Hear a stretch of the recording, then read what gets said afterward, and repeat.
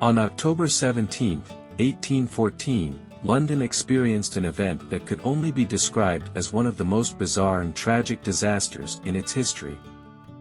The incident, which has since been known as the beer flood or beer tsunami, involved a catastrophic rupture of a beer vat at the Meux Brewery, located on Tottenham Court Road.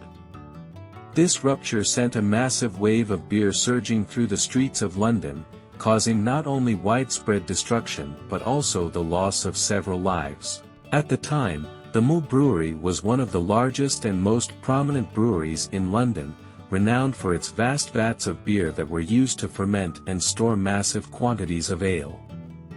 The brewery had long been a key player in the city's beer industry, and its vats, some of which were the size of small houses, were filled to capacity with ale. However, what was meant to be a booming and successful business soon became a tragic scene due to a series of unfortunate events. On that fateful day, one of the largest vats at the brewery, Vat No. 1, which had been in use for many years, finally gave way. The vat was filled to the brim with beer, and the pressure exerted by the liquid inside was immense. The vat's failure occurred with little warning, and the consequences were immediate and devastating. When the vat ruptured, the beer poured out in torrents, quickly flooding the brewery and spilling into the surrounding streets. The sheer volume of beer that flowed from the vat was staggering. An estimated 323,000 gallons of beer were released in a matter of moments, creating a flood of liquid so intense that it became a tidal wave of alcohol, sweeping everything in its path. The flood moved with incredible force, tearing through the streets of St. Giles and Bloomsbury, and even causing the destruction of nearby houses and buildings. The beer surged through the area, flooding basements, knocking down walls, and wreaking havoc wherever it went. People living in the area had little time to react, as the flood came upon them suddenly. The streets were submerged in beer, leaving a thick, sticky mess that destroyed homes and businesses in its wake. While the flood's destruction was significant, the real tragedy lay in the loss of life. At least 8 people were killed as a result of the flood, most of whom were local residents who were caught in the deluge of beer. The fast-moving liquid overwhelmed those in its path, trapping people in their homes or on the streets and drowning them as it rushed through the area. The powerful beer torrent was impossible to outrun, and many of the victims were unable to escape in time.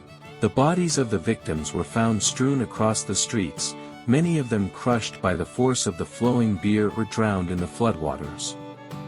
The tragedy shocked the city and became the talk of London in the days that followed. In the aftermath of the disaster, the Meux Brewery found itself under intense scrutiny. An investigation revealed that the brewery had long neglected the maintenance of its vats, many of which were old and showing signs of wear. Vat No. 1, the vat responsible for the flood, had been in use for several years and had been overfilled beyond its safe capacity.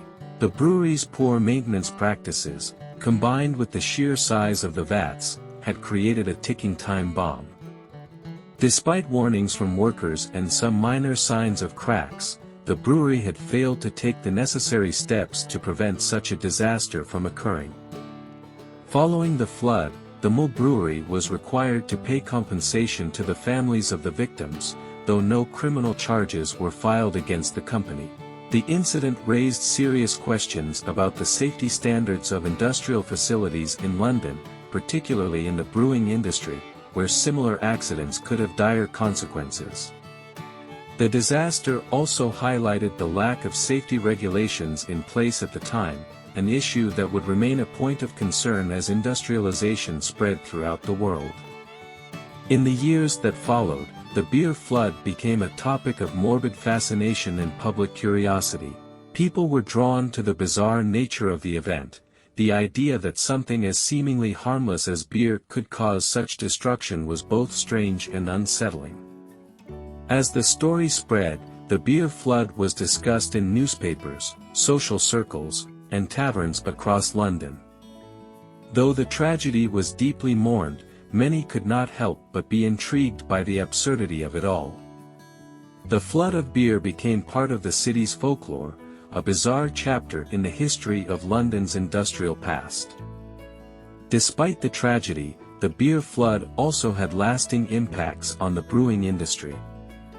It led to an increased awareness of the need for proper maintenance and safety measures in industrial facilities. Over the next few decades, industrial regulations were slowly introduced, and the brewing industry, along with many other industries, became subject to greater scrutiny and oversight.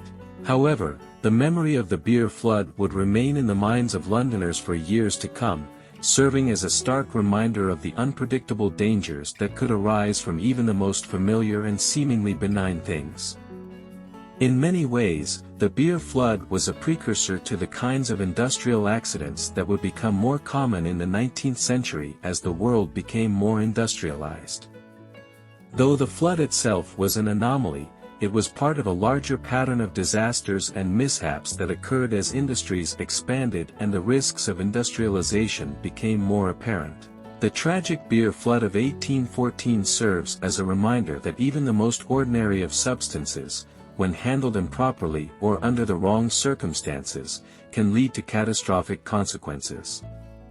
The incident also brings to light the vulnerability of working-class communities in London at the time, many of whom lived in poorly constructed homes in industrial areas. The flood not only caused the loss of life but also displaced many people from their homes, leaving them with little recourse for rebuilding their lives.